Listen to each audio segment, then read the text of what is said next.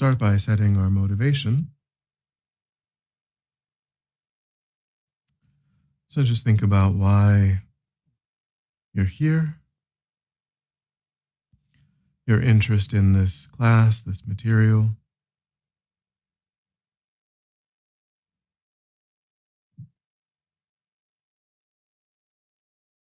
Trying to reflect on and get clear on that actual earlier motivation that brought you here this evening.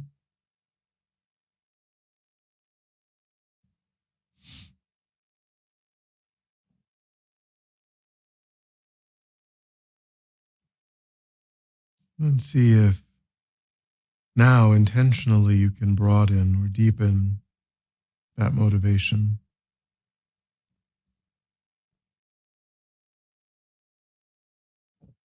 Recognizing that whatever personal interests you might have,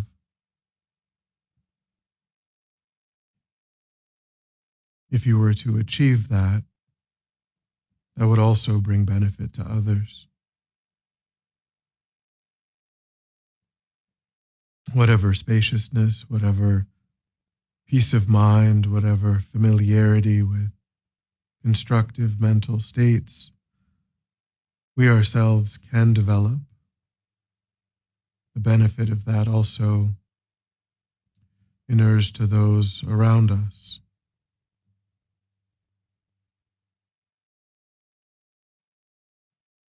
So we can try to intentionally include them in our motivation,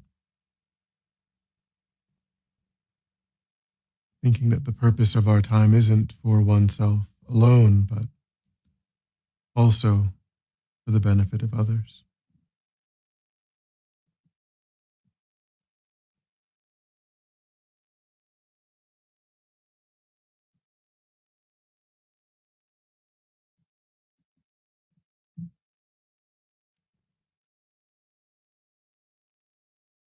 All right.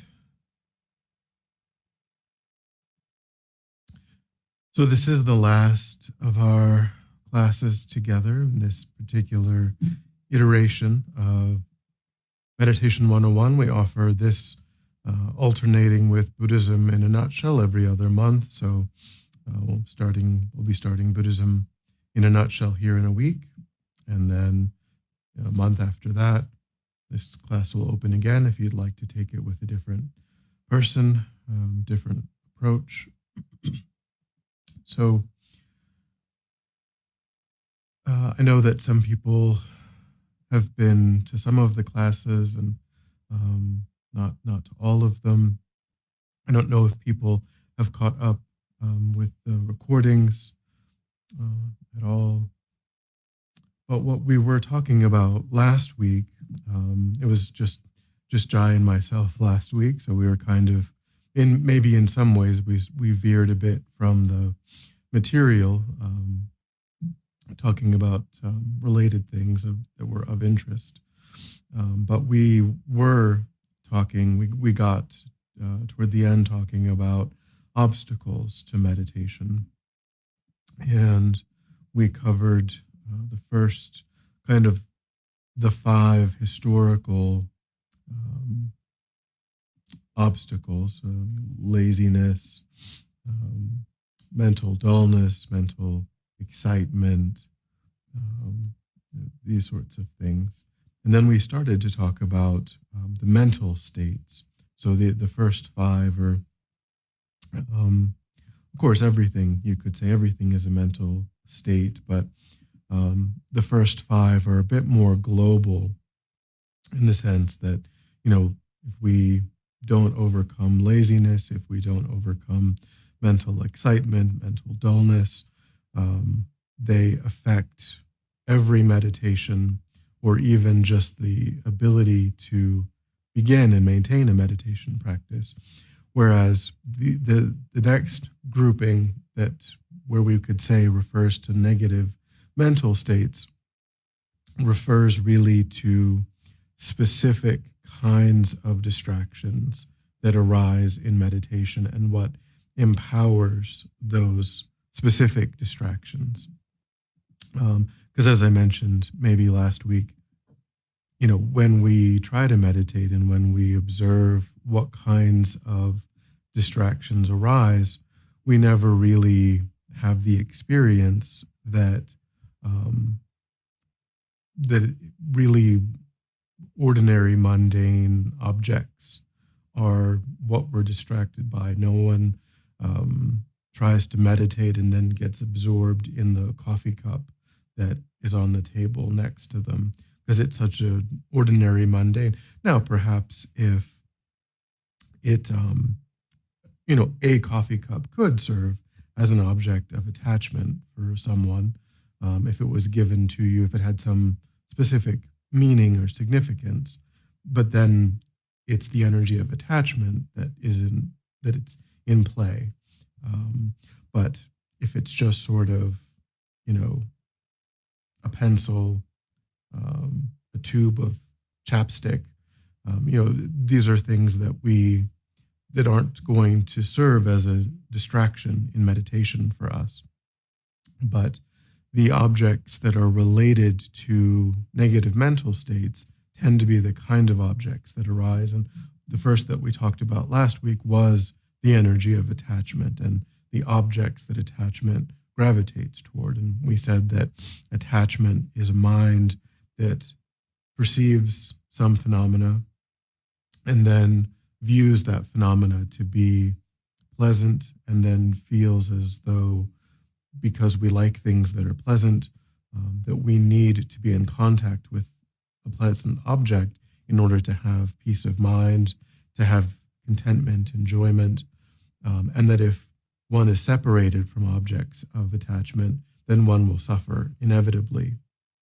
And how there's a whole variety of exaggerations and misunderstandings that are involved in that way of thinking. So when we try to meditate, we very often will think of things that we would rather be doing, going to the beach, listening to music, and so on, objects that we find inherently pleasant and enjoyable.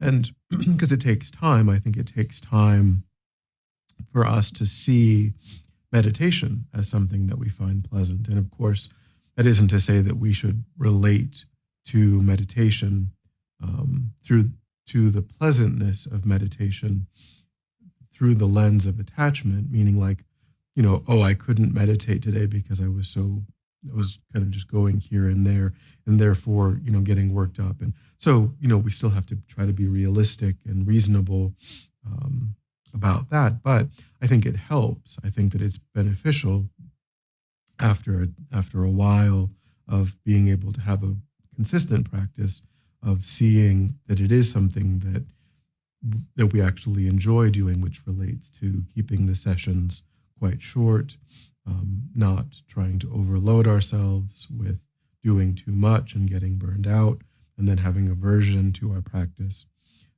But it is something that I think is helpful. And then in terms of the spiritual, of course, Lama Zopa points out that we, in one different way of thinking, we really can't relate to our practice through attachment, because if we, in terms of the spiritual benefits of our practice, we can do it maybe in terms of the physical sensations and the kind of, the subtle feelings and the subtle spaciousness and those sorts of ancillary benefits. But in terms of thinking about it as a vehicle that brings us to enlightenment, then in a technical way, what Lama Zopa points out is that you can't actually exaggerate the benefits of enlightenment. It's not possible. We don't, regardless of what kind of benefit we ascribe to it, it's still more than that from our perspective, because we have no baseline for actually understanding the benefits of enlightenment. So in that way, our practice can't be exaggerated, and attachment relies on exaggeration. And therefore, we're always realistic whenever we think about the benefits of our practice from the perspective of seeing it as a vehicle that brings us to enlightenment, which is different than getting kind of attached to the pleasantness of it. So it's a little bit different in that sense. But so we talked about, that was what we kind of talked about last week toward the end of the class, was um, understanding that just like we need, in order to have a consistent practice, we need to overcome laziness, we need to overcome mental dullness, mental excitement, um, and these kind of global obstacles. But we also need to see that uh, the energy of attachment in our mind is something that will cause obstacles to arise, that will cause distractions to arise.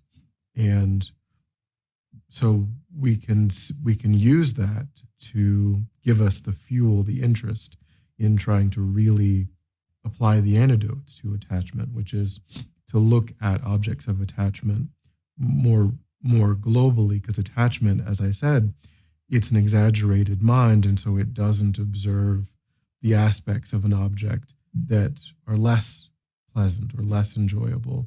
Um, it only focuses on what we think of as pleasant about the object, and it doesn't see things in a realistic and balanced way. So the more that we can remind ourselves that no object is made out of pleasantness, no object is wholly one way, and we can try to see things more in a more balanced and more global way, you know, then there's nothing wrong with including some, desserts in our lives, but we can recognize that if I eat dessert after, every meal 3, 4 times a day, every day, and it's, half the number of calories of the main meal, then there's going to be real health effects to that over time.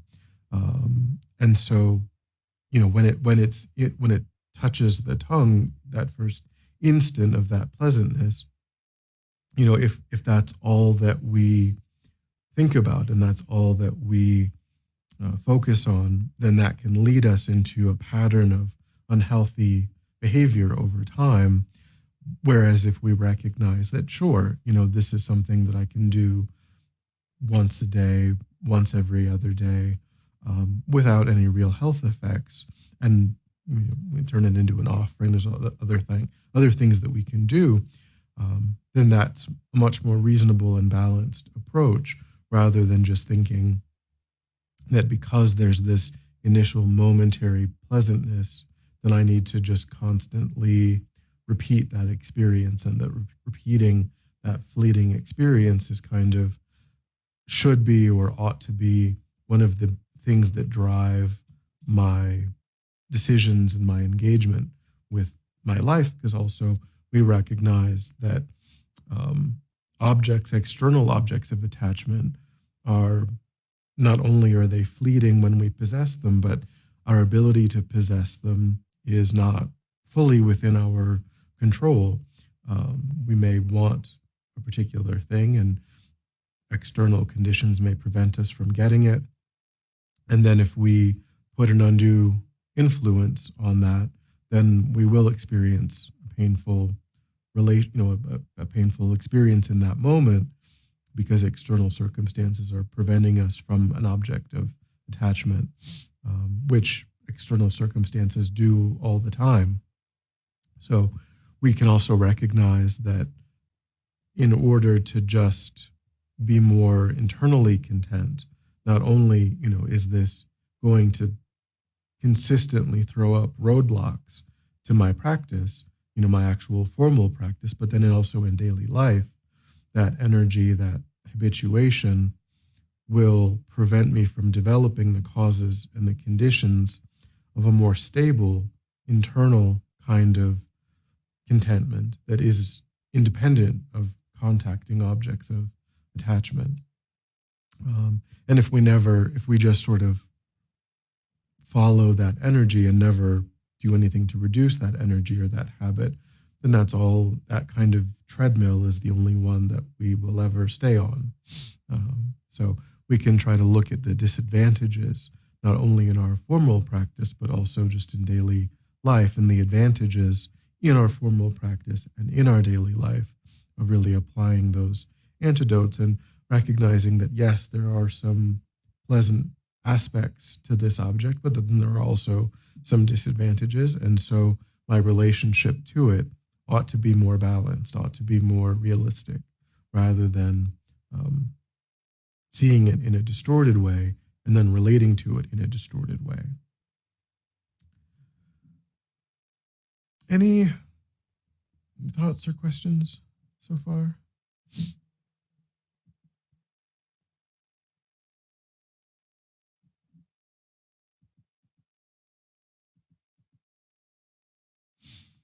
So then anger or aversion is the next major mental state that, because we, like I said, when we try to meditate, many of the objects will be things we would rather do, but many of the objects are also things that we wish hadn't happened, or things that, um, that we feel could be things, things that we feel like deprived us of our peace personally, or deprived people that we care about of their peace, or even things more, just sort of injustice in the world. We can get worked up. And no one's saying, not to confront and try to improve circumstances, but to do it in a way that is, again, more balanced, more reasonable, maintaining a sense of calm while trying to engage in some constructive action. And then, of course, in the session of meditation specifically, then of course there isn't really anything that, what we're doing. If we try to see our practice as our contribution also to benefiting beings, then we can see that there isn't really anything productive in that moment to this aversive memory or way of thinking, because we're actually right now trying to engage in the things that are meant to bring benefit. And so, yes, there might be a different time and place for trying to think about, well, how can I constructively uh, shift some situation, or even, something in the world, um, trying to find a charity or something that might be able to shift some circumstance that's happening elsewhere that we're upset about, or that we feel. Um, but again, so the key is to to to one, try to, in the moment, in terms of our formal practice, recognize that energy, not the recognition that we ought to try to maybe shift something or contribute in a positive way, but the actual energy of anger, the view that that the person or people who we think are responsible for creating that that we may not necessarily um, feel, we may not have like an actual malice in terms of designing some harm that we want to enact, but we may feel like they deserve harm. We may feel comfortable if they receive harm. We may rejoice to some degree if, um, if we think that they are harmed in response to the harm that we perceive that they are creating. And again, could be in relation to one's own life, someone else's life, or some sort of more global circumstance. Um, that kind of attitude is what we're dealing with, not the recognition that if we can do something to shift it, we should, maybe try to figure out how to do that. But the idea that we delight in or rejoice in or are supportive of some negativity, some harm coming to the people that we feel like are responsible for creating a painful or difficult circumstance for some group of people. um, that tendency, that habit energy, is what will um, cause a lot of memory. Again, personal memories or ruminations of various kinds to pop up when we're trying to still the mind, to quiet the mind in meditation. So here again, there's many different antidotes. Broadly speaking, what we try to do is to recognize that there's a difference between observing a situation and feeling called to shift it versus the actual anger that arises when we think that the people that we perceive of as responsible ought to come to some harm themselves. That kind of mind is a painful mind. That kind of mind is a disturbing our own. That is actually what is disturbing our own peace of mind in that situation. So there's, we could try to, of course, look at the karmic causes of that situation and think that there's a broader series of causes and conditions that are underlying that situation that we aren't really perceiving. We're only perceiving one, kind of the most recent part of that much longer causal pattern of cause and effect. And if we could, it's kind of like opening a door, going into a room and two people, and one person is shouting at another person.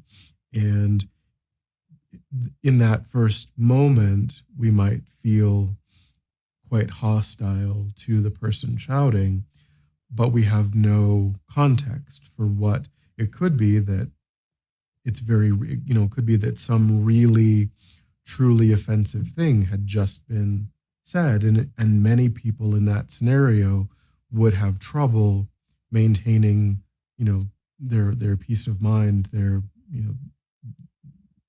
restraining their actions in that moment. Of course, that doesn't mean that we don't do anything. That doesn't mean that we don't try to diffuse the situation, that we don't try to separate the people and try to work on, because we recognize that even though it might be quite reasonable, that many people might react that way, that there's still harm being caused in that moment in the way in which that person is relating to the other person.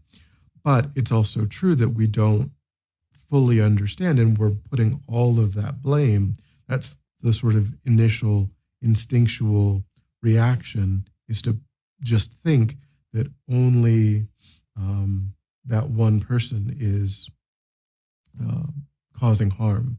And so if we can recognize that there's a larger picture there, then we can have a more balanced view.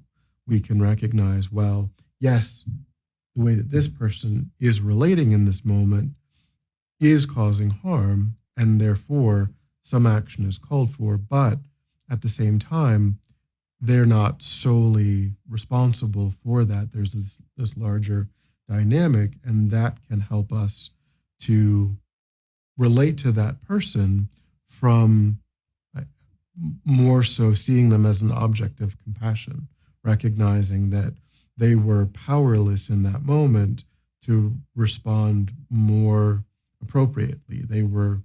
There was some provocation, and again, karmically speaking, we may not be even capable. That this analogy of opening the door, with that analogy, we know that we were physically blocked from seeing the full picture. But is other people having trouble with the video? Is it just Mary Camille? Anybody speak up? I'm doing good. I can see you fine. Mary, I think it must be your internet. I think I'm not. It's See, working I'm not. good for me. Yeah, it's not freezing here locally at all.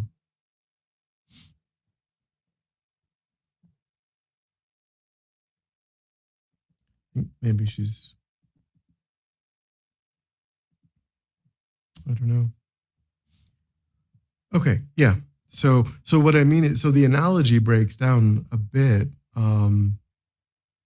when because with the analogy there's a physical barrier, but when we're talking karmically, we could, from our perspective, from the perspective of one human lifetime, we may feel that we have seen all of the causes and conditions, but karmically speaking, these causes and conditions can go beyond a human lifetime. So that's where the analogy of like the door, where we may feel like, when there is a door, we would at least recognize the limitations of our ability to perceive.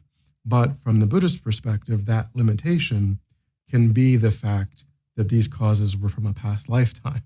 So that makes it much more difficult. But the more that we can try to develop an understanding of that kind of time scale, the more cosmic, in a way, time scale that karma functions on, then we may be able to again see the people who may genuinely be acting in a way that causes harm. We may be able to, again, it isn't just in the same way that with an object of attachment, it isn't to say that we have to just completely exclude that. And in the same way with an object of aversion, it isn't to say that we have to completely accept it, but it's about, while we're engaging in our relationship to it, what kind of a balanced, realistic approach can we take? How can we train our mind to do that, to find a constructive way of relating that doesn't tolerate or permit harm, but if it, and of course, sometimes we have no choice. Sometimes we can't actually prevent some harm from, we're observing it, we're aware of it because it's on the news, but our ability to constructively influence it is almost zero. So we can do our best to try to find, again, a charity or some way, or again, thinking about our practice as being our contribution to the world. So there are different ways of thinking about it, but it isn't to say that we have to do nothing. The question is, as we're trying to find a constructive way of relating, how can we do that with a calm mind, with a balanced mind, with a mind that isn't content with seeing the people that we think of as responsible coming to harm, and wanting them.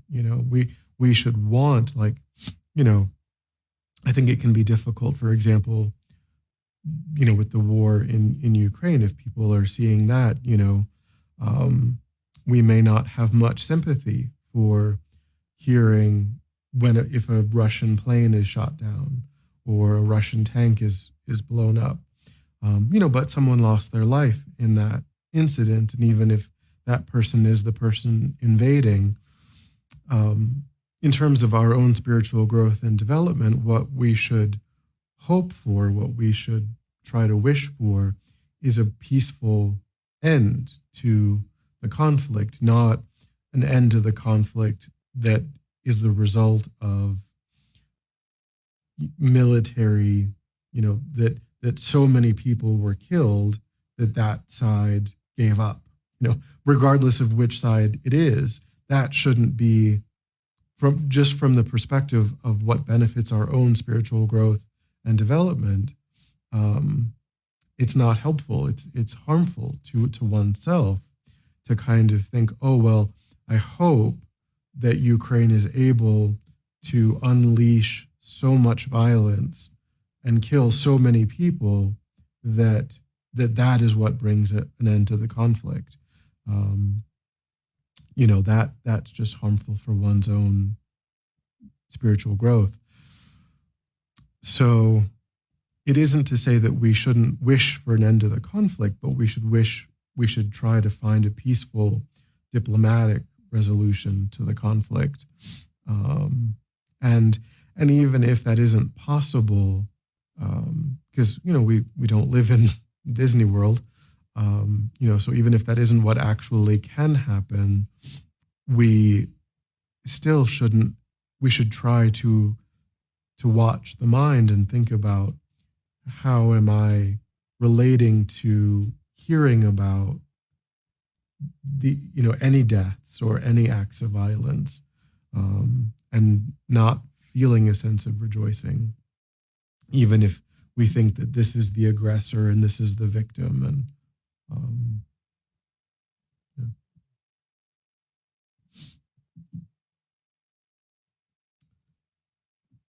Yeah. So anger, the energy of anger, is also what disturbs our meditation.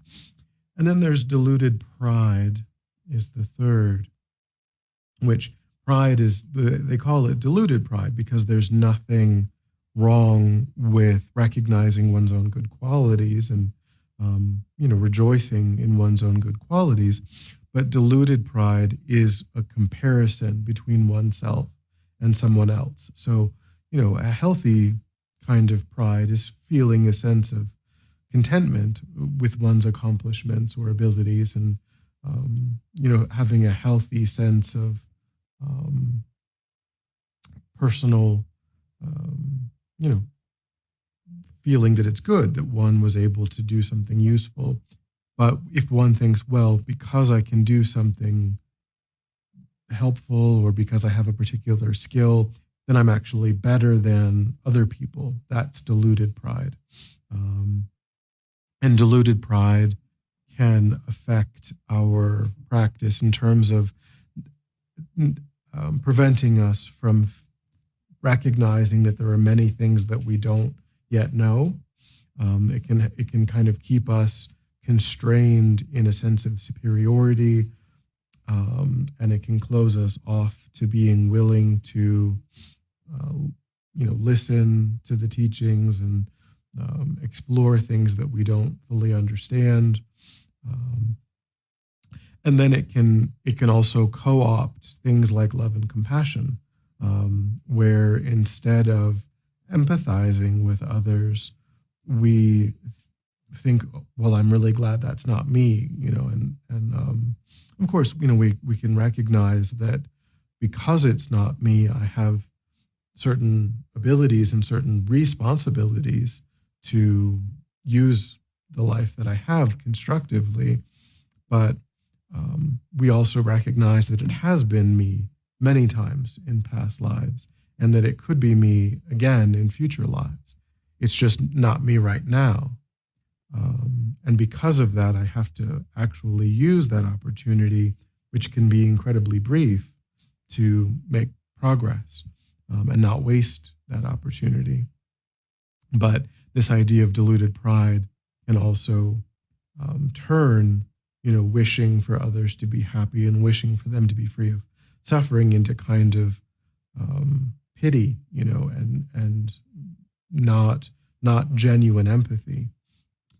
So there's all kinds of ways in which the deluded pride, and also it can, like I said, it can turn us off from certain topics, thinking, or not engaging in the sufficient level of repetition, because we're like, oh yeah, I've already heard that, I already know that, even though we don't have a genuine realization, we're not really living from a place of that wisdom. We just think, oh yeah, I've heard that before, and so I'm done with that topic. So it can be a real obstacle in that way. And then there's envy, which also too is a comparative mind, like deluded pride, where we're holding ourselves above others. With envy or jealousy, we're holding other people's possessions or circumstances um, above our own, really, and we're thinking that I'm being deprived of my own contentment because I don't possess something. I don't have as much money as this person, or I don't have the right kind of car, or the right kind of clothes, or the right kind of job, or some external circumstance that we're seeing somebody else has, and we think, well, I need to possess that. Because again, this is in meditation, these, just like objects, this is a lot to do with attachment, the energy of attachment. Also, these two are closely linked in the sense that um, when we try to still the mind, when we try to meditate, it could be that we think, well, instead of rejoicing that this person was able to buy that car, what have you, we just think, oh, that should have happened to me. Why did it happen to them and not to me? Instead of seeing it as the ripening of a particular karmic seed for that person that they legitimately created, and we haven't. Maybe we did create it, but we haven't also created the causes and the conditions in this moment, at least, to actually have it ripen. But that other person did. They both created the seed, and they've created the causes and the conditions that are allowing that seed to ripen in that particular experience. Instead of seeing it in that sort of karmic context, we just see it as, this thing is pleasant and they're experiencing it. I feel like I'm not experiencing it, and I wish to be. And so we're just thinking about it in terms of wanting what other people are experiencing. And rather than more constructively recognizing that if we would like those sorts of things, then we need to create the karmic causes and conditions to experience them. And we need to nourish and grow those karmic seeds and predispositions, because that's what's driving that process. If we have the view that things are random, that things are uncertain, that things are just, then then there's no rhyme or reason to why that's ripening for that person, and we might just think, well, I wish it was happening to me. But it's like when we see that there are these underlying karmic causes and conditions, then there's nothing wrong with seeing, oh, well, that looks really nice. Why, but then the response isn't, how can I appropriate someone else's karmic ripening? The response is, how do I create that karmic ripening for myself? And then, of course, too, the more that we can see, the more that we can recognize that many of these karmic ripenings are not really all that useful, that their utility, a new car, and nice job, what have you. We might also think about the extent to which we might be exaggerating the benefit that we're seeing in that moment. There certainly are benefits, but there are also disadvantages. When a person gets a new car, we know in our own experience that when we get a brand new thing, our mind is kind of obsessed with, does it have a scratch yet? Is it working exactly the way that it should? Is there, then we see a news report about, 2 weeks later, that company came out with the new thing, or another company came out with something, and there's a review that says that that's actually better than the thing that we got. And then and that's what that person's going through, because that's what we go through when we get the new car. So we're looking on the outside and we're seeing this new car that they got, but we're not recognizing that they're thinking about, how do I afford this payment? How do I hope I don't get it scratched. I hope I don't get in a car accident. I hope no one spills anything. I have to put protectors over everything every time anybody comes into the car. Like their mind is spiraling about all of these things. But from the outside, we're just seeing it as this perfect kind of idyllic situation. And we don't recognize that ordinary sentient beings never really experience what happens to them in that idyllic way. Everything is colored by the delusions that are arising for that person. And if that did happen to us, those same delusions would be ripening in our mind. We would be relating to it also in that kind of unrealistic and neurotic kind of way that we relate, because that's how we relate to everything, is through the arising of the afflictions. So so trying to see, well, what is the benefit? The benefit is, well, and again, just like with all of these things, it's not all or nothing. It isn't saying that we have to live in a cave on a rock and eat, grass. That's not the idea. The idea is, how can I just be balanced? How can I just be realistic about my relationship to these things and see what benefits are there, but then also see that it's not all benefit, that it's, this new car,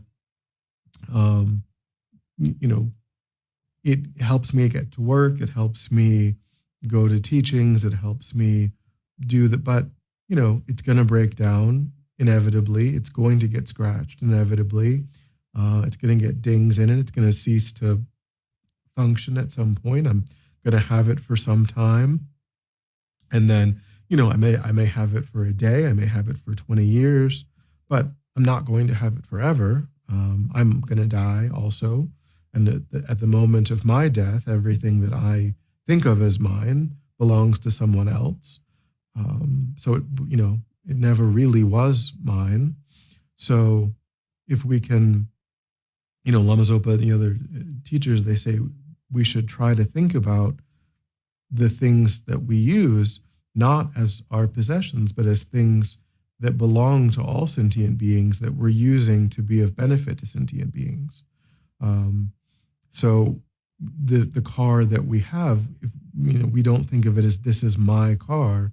We think of it as a car that belongs to all sentient beings, and I just happen to be using it in order to be able to bring benefit to sentient beings. And in order to do that, I have to go to work, and I have to go to these different things, and I have to, go to doctor's appointments, and I have to do things that, I also have to incorporate, recreational activities, because I have to de-stress, and I have to, but I'm doing that also to have a balanced, life. I'm going to this soccer game for the benefit of all sentient beings, because that's helping me round out my day, and helping me to balance everything else that I need to do. Or going to this concert, or whatever it might be. And the car that I'm using is just, again, not having this tight relationship to it, but just seeing it as something that I'm making use of in this moment. But the purpose of my whole day is to be of benefit to sentient beings. The purpose of my whole week is to be of benefit to sentient beings. The purpose of my whole life is to be of benefit to sentient beings. And the things that I'm utilizing are just meant to facilitate that. And then we can relate in a more balanced way.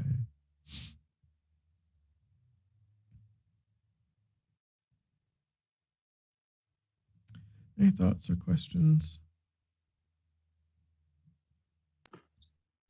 How do we know we have deluded pride? So again, it's going to have an element of comparison, and an element of not just recognizing one's own qualities, but also then holding oneself apart from or superior to others in relation to that. So, if a person is a good lawyer or a good accountant or a good bricklayer, whatever, um, and a person gets complimented by their colleagues, and they get recognized, then there's nothing wrong with being like, yeah, a lot of people seem to agree that this is a skill that I have, and that, um, but then thinking, well, but there are many skills that I don't have. I can't fly an airplane. I don't know. I'm not really sure what the Heimlich maneuver is all about. Like, probably shouldn't try that on somebody. And, so, I mean, there's all kinds of things that I don't know anything about quantum mechanics. And, so yes, I have 5 or 10 particular skills, but there's thousands of things. I can't drive a tractor. I don't know how to plant food. I can't forage. If the lights go out, for 6 months, how am I gonna, some people in that situation could definitely go and live off of the land. I probably couldn't do that.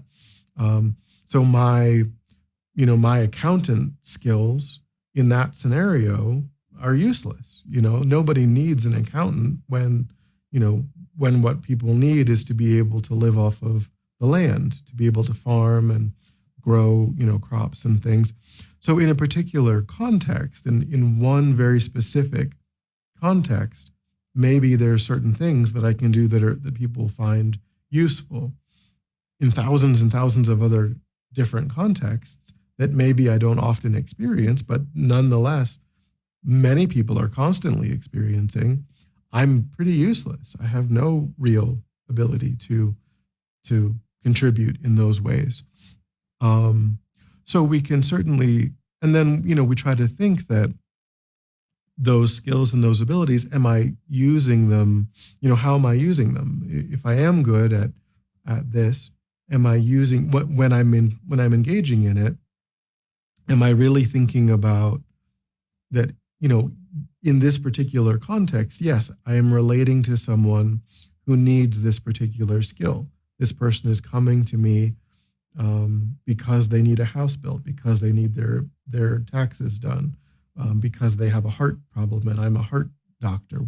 Whatever it is, and then instead of when we're engaging in that skill, the more that we can try to absorb the mind in this person needs something, and I happen to, be relatively skilled in doing this. And so I'm going to engage in this action just out of concern for what this other person needs, and just out of my desire to help this other person get what they need, rather than thinking, oh, I hope that they appreciate it, or I hope that they recognize that I did this well, or that because I can do this well, that means something about who I am that is kind of global and that is kind of broad, and because it's not true. It does mean that when this particular situation is occurring, I'm able to relate to it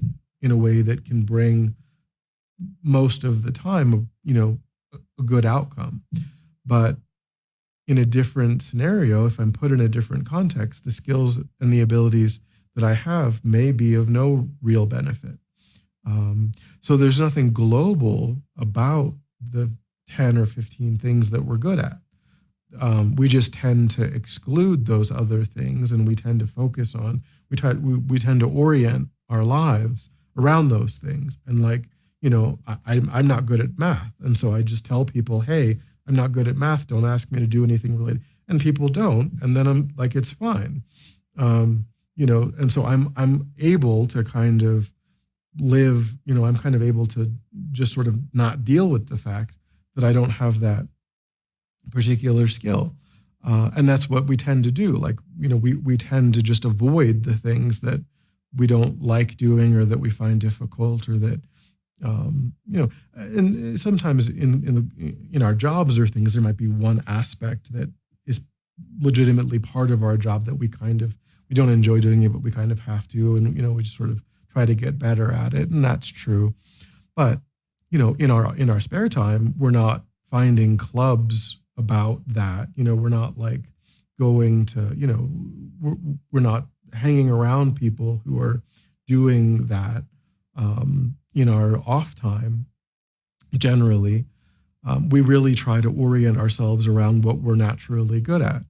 Um, so so it's about recognizing that we we're putting all of these things are kind of about recognizing that there's a constructive and realistic way of thinking about the object that we're in relationship to, and then there's an exaggerated, unrealistic way of thinking about what we're in relationship to. And with deluded pride, it's about thinking that I'm actually superior to other people on the basis of the couple of things that I happen to be good at. And also we might be wrong. We might have an unrealistic appraisal of our own ability. We might think, American Idol and think, these people, they think that they can sing and they get upset when and they objectively can't. And, so we can recognize that many people, think that they have skills. And so we're like, well, maybe that's true of myself. Maybe I'm really not as good at this as I think that I am. So it's also, trying to have humility about our own ability to appraise our own skills, because we may be overestimating what we are good at. But really, whether we are good at it or not, it's just that it doesn't mean that in a global sense that there's any valid reason to hold ourselves above any other person, because we may find that person's skills are what are needed in a different scenario, and they may be more beneficial. They may actually save people's lives or something, and we may have skills that don't do anything like that. So we try to catch ourselves at the point where it slips from just feeling, good about something that we did to where we start to compare ourselves and we start to get puffed up and we start to think, that I'm actually, better than I, and on, because then on the basis of that, we mistreat people, we talk down to people, whereas if we just, think, well, how lucky am I to be able to contribute in the ways that I can contribute, and thinking of the needs of the other people that we're fulfilling in that moment, and not thinking that because we have the ability to do that, that we can hold ourselves apart from others.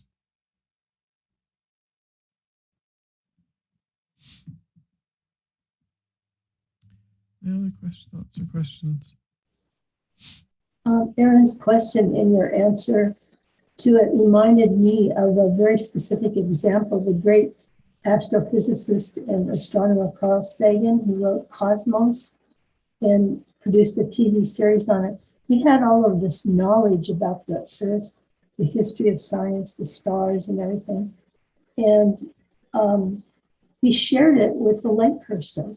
He wrote his book so that even I could understand it, and I have very minimal knowledge of science. And so he shared it. To me, that was an example of not having pride. He had humility to want to share what he had with others to benefit them. So I was happy to hear that point brought up, because I really admire him very much. Yeah. Venerable, this is such a good topic.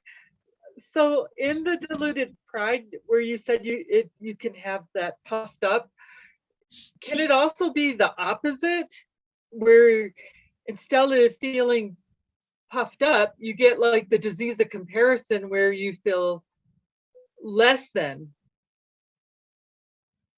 Yeah, I mean, in terms of yeah, I think that there's like 7 in this class. They don't go into, in Buddhism, like in maybe maybe in mind and mental, in mind and its potential, Justin, because he had the 7 classes, or we're also doing that again this weekend with Paula. I don't know if she has less time. It's a more condensed format. But in that class, the teacher can go into the 7 different kinds of deluded pride. I think it's 7. But there's just not all listed out in this class. It's kind of more, but there is a more technical way of thinking about it. And one of the kind of the other end of the spectrum is also included in that, which is the way that we most commonly think about it is I'm the best, that this makes me the best in the world, in that way. But also the opposite is also kind of what this is related to, thinking, well, I'm the worst, because they're both false. It's not true. Neither is true. Neither is a realistic appraisal that a person, because they have a particular skill, that doesn't make them globally better than anyone else. And because a person might not have a particular skill, that doesn't make them the worst. And also, there's just like we can often be mistaken about our abilities, we may also be underestimating. We may also have a tendency or a habit to not realistically, to not just see clearly what our skills actually are. We may think that that we're bad at a lot of things, and nobody else is seeing that. Nobody else is agreeing with that assessment. So they're both mistaken ways of relating to oneself.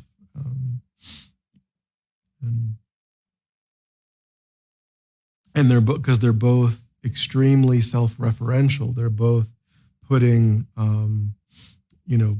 oneself kind of in the center of the story and thinking that that this one trait or this one thing has the power to determine that I'm either extraordinary or I'm, and they're both exaggerated views.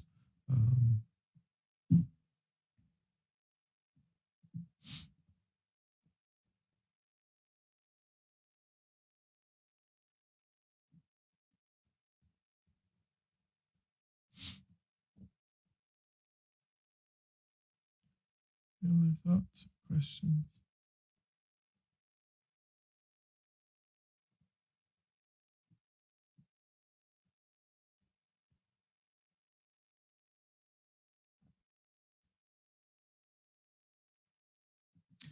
What would be most helpful? We have another half an hour. We could. I recently if people wanted to refer, we just have a series that we're doing on setting up an altar, and we have a whole series on that also that we just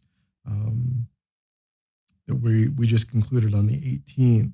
So that's actually, a much larger discussion. We could go into that if that's helpful, or you could, I don't know if you wanted to just refer to the fact that we do have a much larger discussion of that already, that could be viewed. But there's practical aspects about setting up an altar or setting up a space for meditation, kind of the things that go into a session of meditation. Or we could go in a different direction. We could. I have a question about that actually. I practice Tendai actually, and so I'm kind of gravitating a bit towards the Gelug and the Tibetan. I feel like the practices really work for me, so I'm kind of in a weird spot right now.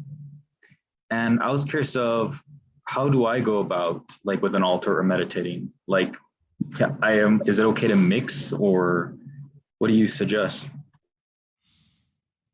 I think that a person's home altar is, it's a very personal thing. it's as the first of these three classes, they were all meant to be taught by a different person, but he wasn't feeling well the first day, and so I kind of did the first class, and then he did the second two. And so what I said in the first class, one of the things that I said is that, there isn't really, I mean, from the Tibetan Buddhist perspective, of course, within that one historical cultural tradition, of course, yes, they have kind of, maybe quote unquote rules or things that are common to that. But then, as you're saying, of course, Buddhism is a global religion, and there's other cultural packagings, and then people are also coming from non-Buddhist traditions, perhaps also. So I would say that this idea of having a place to meditate, having an altar, and so on, it's meant to serve three main functions. One is that it's a place of inspiration, a place to uplift the mind, and then it's also a place to engage in the practice of making offerings, and then it's also just a place to kind of have as a separate, just in terms of meditation. So those are both the actual physical altar, because the altar is also the focal point for where a person meditates. So I think thirdly, it kind of anchors, because, of course we could be like, oh, well, sometimes, sometimes I'll meditate like in the bedroom or the kitchen, and that's okay. Like taking opportunities, in the car and at work, at lunch, taking opportunities to engage in meditation is great. But also having one spot,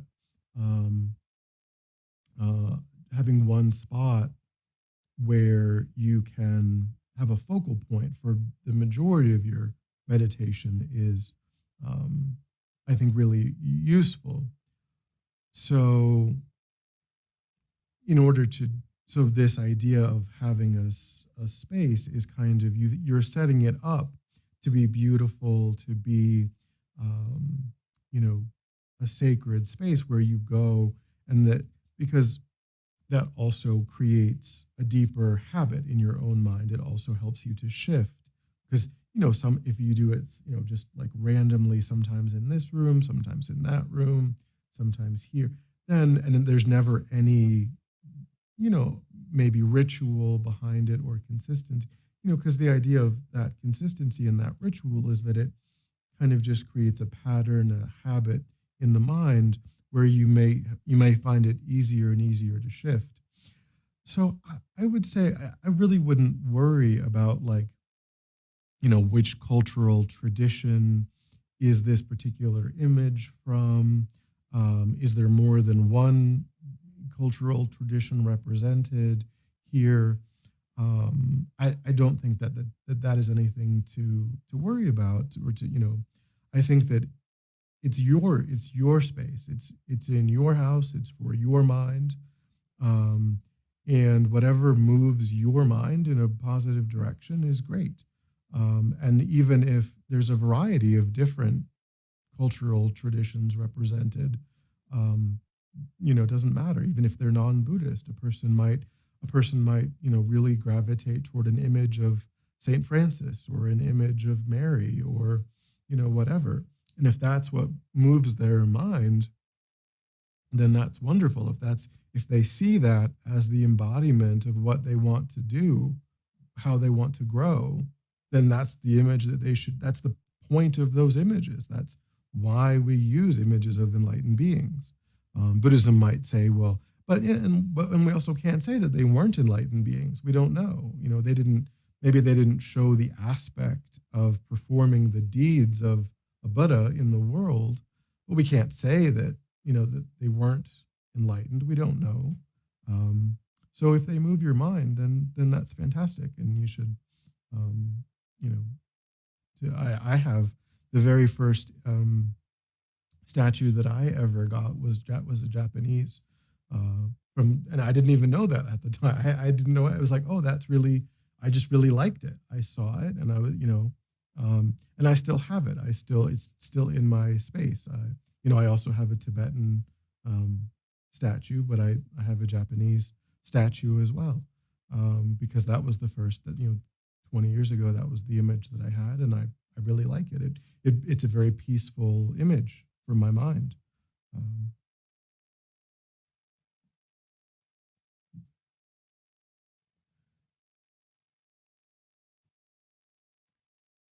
any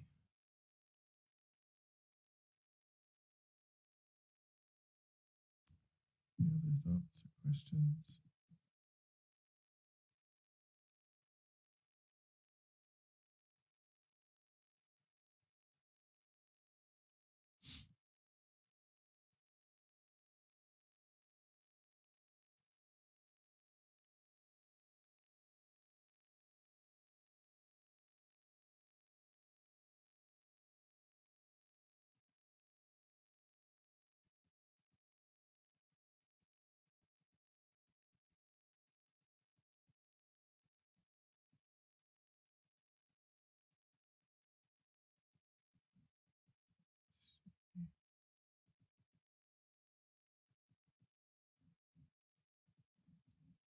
Anything that that it would be helpful to focus on or think about?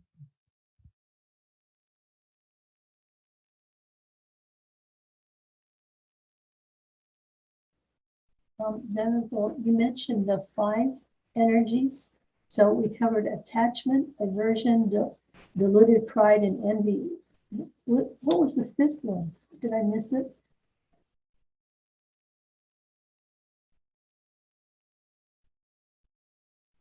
There's no audio on your part side. I see.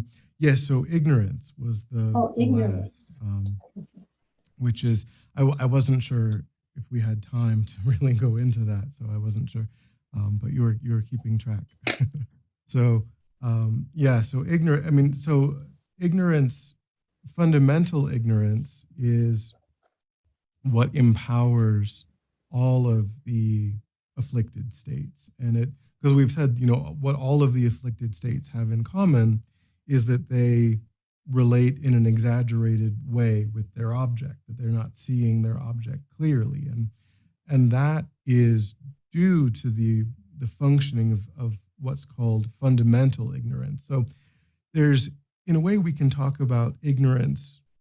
I usually say like ignorance with a lowercase I and ignorance with a capital I.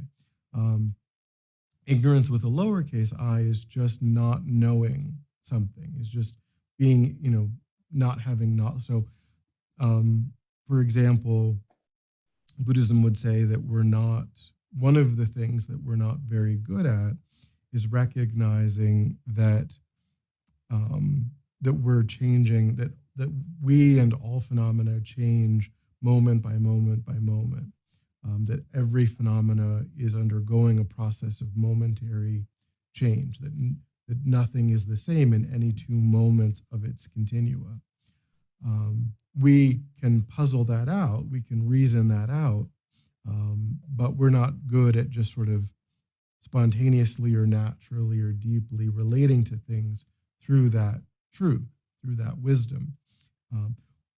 We can replace, Buddhism would suggest that by meditating on impermanence, we can replace that kind of lowercase ignorance with directly, because it is something that's simply true. If when you think about it, when you put your wisdom on that topic, you can recognize that all physical phenomena are comprised of parts, they're comprised of causes and conditions that gave rise to their coming together.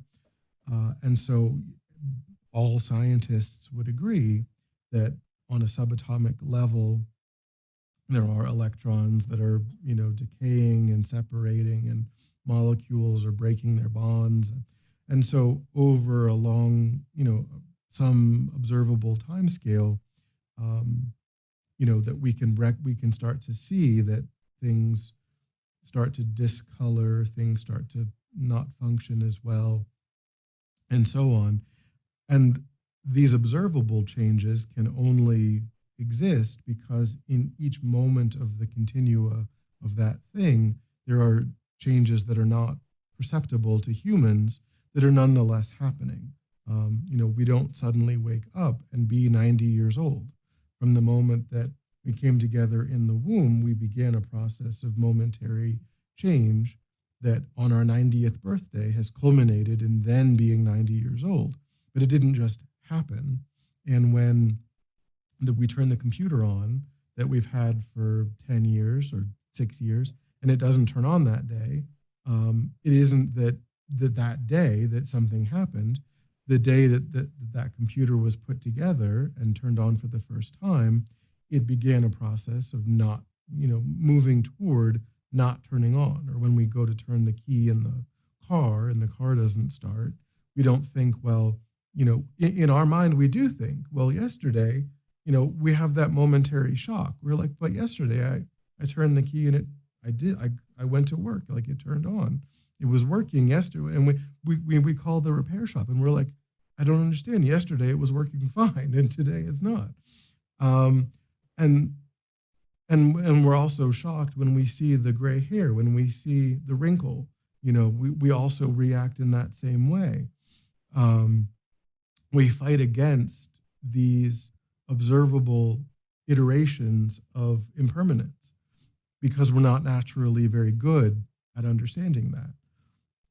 But Buddhism would say that, like everything, the more that we reflect on it, the more that we think about it, the more that we can replace that lowercase ignorance with wisdom. We can see that things are changing moment by moment by moment, and therefore there will be a day where the car doesn't start. There will be a day when the computer doesn't turn on. There will be a day when my body stops functioning and my mind leaves this non-functioning physical lump of flesh and blood. And so because everything is changing moment by moment, and with many of those things, that means that they will change into that they will cease to perform the function that they currently perform. They will cease to be, we look at a computer and we label it as a computer because it can perform the function of computing. A broken computer is not a computer. We would say it's a broken computer, or we would say it's a collection of metal and, because it doesn't perform its function. In the same way, if our car is completely non-functional, we don't say, yeah, I'm going to go out to my car and then because the car doesn't perform the function of what a car does, when it gets to that point. So for many of these things, impermanence means, or the consequence of impermanence means that it will shift from being able to be talked about as that thing to now being able, only being able to be talked about as a collection of other things that don't perform that same function, because that's what objects are. Objects are things that perform. Any definable object is only that thing because it performs the function that we've all decided that thing performs. A cup is only a cup if it can hold water and I can drink out of it. Once it shatters on the ground, not a cup anymore. Now it's just a collection of pottery pieces. We might say broken cup. If we observed it breaking, we might label it as a broken cup. But another observer who didn't ever see it before would just label it as trash or debris, because they never recognized it as a cup. They never experienced it as a cup. So to that observer, it was never a cup because they don't have that knowledge. But that's just sort of a consequence of impermanence. But the mind is also an impermanent phenomena. So we have to also distinguish between impermanent and eternal. The mind is impermanent, but also eternal. The mind is changing moment by moment by moment, but the mind will never cease. The mind will never become something. We'll never be able to talk about the mind as not being mind, because the mind never changes to that degree. The mind changes, but it's always mind. It's beginninglessly and endlessly mind, even though it is impermanent and changing moment by moment by moment. So we have to, so like I said, it's important, it's still important to distinguish um, between impermanent and eternal in that sense, because they are two different things. They're not, we often think of them as being the same thing, but that isn't true. It isn't true that they are the same thing.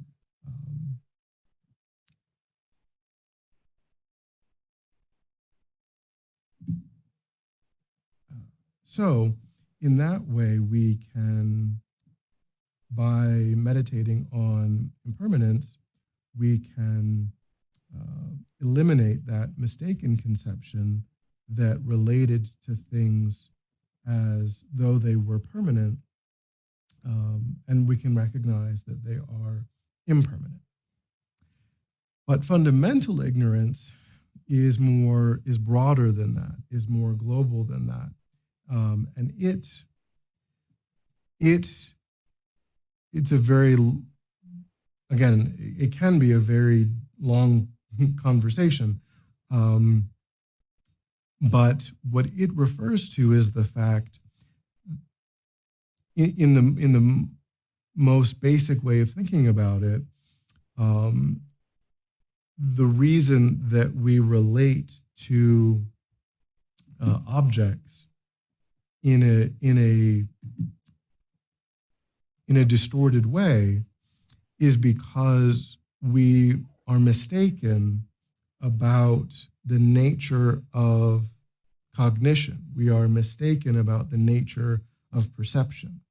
We think that when we perceive, we think that we are perceiving only what is present in the object, independent of the mind as perceiver. And the Buddha says that this is not true, that perception is a very active process, that whenever we engage in any act of perception, we are bringing to that act of perception our own biases, our own cultural tendencies, and our own family history, our own unique karmic patterns, and the patterns of our society and our culture, all kinds of different lenses through which we are perceiving this object.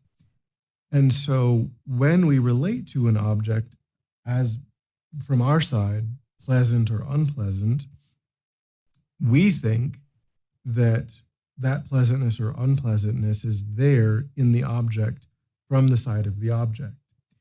And what the Buddha points out is that there might be some quality or some aspect of that. Most people might taste bitter or might taste sweet or might taste, in relation to that food, for example, or but the way that we relate to that is not in the object. The way that some people really like, roasted Brussels sprouts. Other people don't like roasted Brussels sprouts. The flavor profile is the same. The way that biologically, within reason, biologically, the actual tactile, biological, sensory experience on a chemical level is relatively stable between different people. But their emotional reactions, can be very different.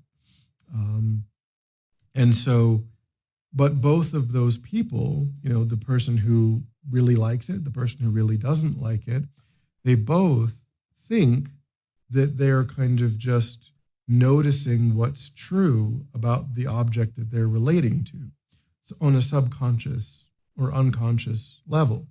That's kind of the default perspective, is that they may not, and again, like with impermanence, the good news is that we can puzzle our way out of that. If we sit and think about it, we can think, well, it is true that this object is the same object for different people from side of the object.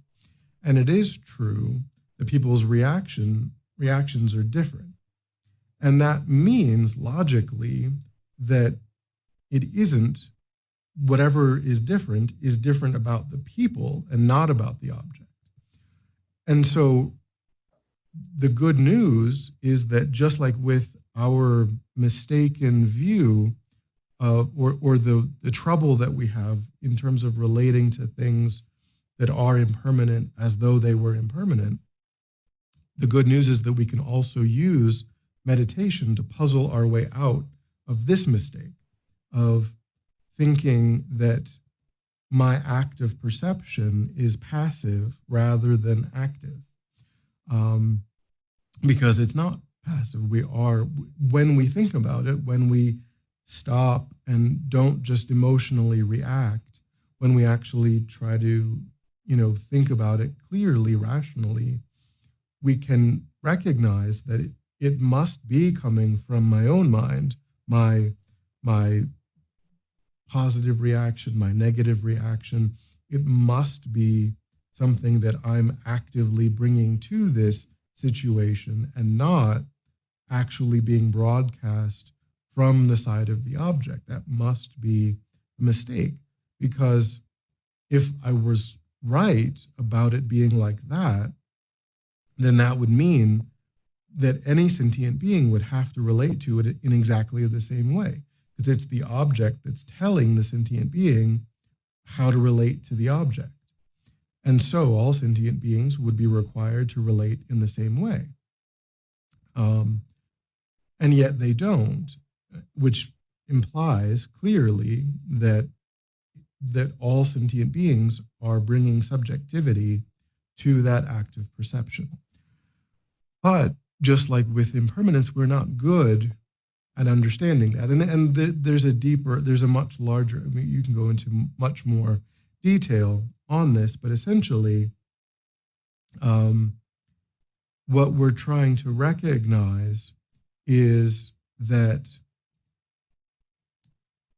it isn't the object itself that is the way that we perceive it, that the object itself can validly be perceived by different observers in very different ways. And so that means that perception doesn't really tell you very much about the object. It tells you much more about the observer. But the observer, meaning ordinary, on a practical level, ordinary humans, aren't good at recognizing that. And so the reason that we have objects of attachment, the reason that we have objects of aversion, the reason that we have objects that we relate to through envy, is because we think, not rationally, maybe not out loud, but internally, we think that it is the object that possesses the qualities that I perceive as pleasant or unpleasant. And therefore, because this object is separate from me and its intrinsic qualities are pleasant or unpleasant, if I like things that are pleasant and if I dislike things that are unpleasant, the only real choice that I have is to go through my whole life bringing in pleasant things and pushing away unpleasant things, because these things are pleasant or unpleasant from their own side, from their own intrinsic character, and they are separate from me, and that's how most people go about their lives. That's what most people spend most of their time doing, is collecting pleasant things and trying to be separated from unpleasant things. And all of it is empowered by, in essence, the difficulty that we have with seeing perception as being active and instead thinking of it as just being like that we're just like a camera that is, actively recording what's happening, and that it just is that way. That's just true about the world. even though cameras like have to be designed to show color and things, but regardless, they appear to just kind of record things as they are. We kind of think that that's what we're doing, that we're just bringing information in, and that information is just true out there, and we're just noticing it. And the Buddha is saying, no, we're actively creating what we're experiencing in every moment with regard to every object. So there are ways of arguing against that. And that's ultimately what Buddhists are, because again, this is the basis of all of the afflicted states, is this mischaracterization of what perception is. And if we can replace this, then jealousy falls away, anger falls away, covetousness falls away, because they all have in common this misperception, this active misperception, which is why there's ignorance with the uppercase I, because ignorance with the lowercase I is just simply a lack of knowledge. Like, I don't know enough about impermanence to really live from the perspective of impermanence. But with this, unfortunately, this is a more active, uppercase ignorance is a more active process, because we don't recognize, and of course, lowercase ignorance can also be a more active process if we don't ever think about it, if we never question it, if we never, and this is the same, we have to actively question, is it true that things, we have to really think about and analyze, is it true that sentient beings experience the same thing in different ways, and why is that? What's the implication of that? And then we can recognize that I'm going through my life with the perspective that every time I cognize, I'm just noticing what's there in the object. And we then have to replace that with the understanding that that object exists, but it doesn't exist in the way that I'm perceiving it to exist. That chocolate cake, yes, there is something there, but everything that I personally know about it is colored by my own mind. And a different person who has a different mind will perceive it differently. So it isn't to say, it doesn't really, this critique really has nothing to do with objects. This doesn't have anything to do about saying that things do or don't exist. It's really a critique of how sentient beings develop knowledge about objects, and recognizing that everything that we can know about an object is influenced by how our mind is when we're engaging in that act of perception, and understanding that that's a very active process, and that there's nothing that we're perceiving that we can validly attribute to being in the object, even if all humans would agree. All humans might agree that that something is blue. I mean, of course, eliminating humans that can't see, but the fact that you have to eliminate colorblind humans means that blue is a construct. It's not there in the object. And even if all human beings would agree that lemons are sour, still you have to probably exclude some small group of people who have some genetic abnormality that prevents them from tasting sour, which shows you that sour is a construct of the mind and not there in the object. So the fact that many people would agree with you has no bearing on this critique.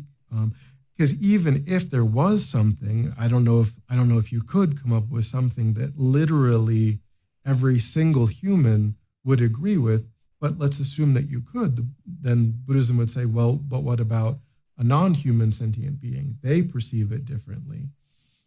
So agreement, cultural agreement or human agreement, is what we conventionally use to just define things and come up with things. but it doesn't, it's not valid to use that in this context. That refers to what's called conventional reality, but then you have this idea of ultimate reality, which is that yes, we can talk about things in this constructed way, but still, even though we can talk about watches and computers and things that we've agreed on, still that doesn't give them actual essence, actual self-existence from their own side. They're still constructed actively by mind, by consciousness, even if there's broad agreement in that process. So it's an incredibly subtle and difficult thing to try to realize that our active perception is active rather than passive, and that therefore everything that we know is something that, is a creation of our own mind. But that's ultimately what historical Buddhists are really trying to do, because it's the most powerful, most effective way of completely eliminating all of the afflictions all at once, rather than thinking, oh, I have to do something about anger, and then I have to do something about, because like Aaron was saying, well, pride is different than hatred. These are very different. They seem very different. And he's like, well, if I have to think about pride, how do I, and that's important. We need to just, in the moment, we might have pride arising and not anger arising. So we need to know, well, what do I do in the moment about pride? Because there is no anger, but there is pride. And what do I do about that, given that that's what's happening in this moment?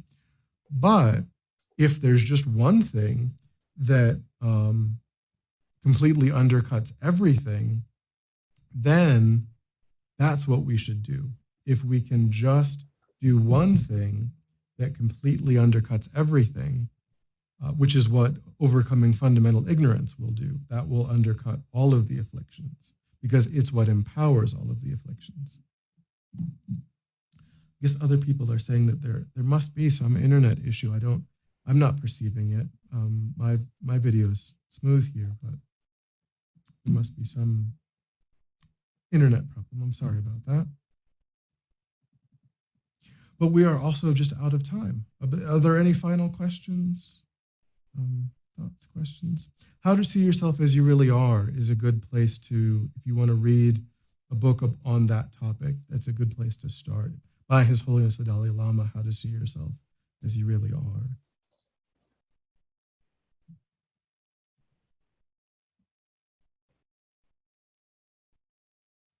Well, thank you for all of your clear explanations. I really appreciate that.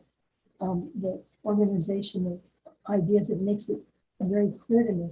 And also thank you for bringing up the war on Ukraine and giving some perspective to that, because that's a huge issue for many people. Yes, thank you, Venerable. It was a very good class. Thank you, Venerable Dondrub. So we'll just briefly dedicate then. So we created a positive motivation in the beginning, and we've applied ourselves in actualizing that motivation by listening and participating.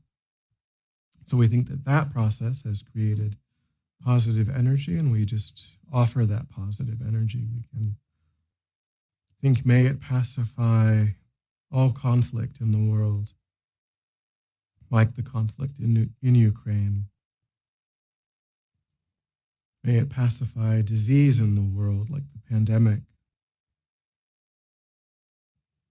May it help to create the causes and the conditions that will lead to a flourishing of potential, like enlightenment. May it be of benefit to all sentient beings, my actions. In whatever way you want, you can just offer your time and your energy and your positive effort for the benefit of others.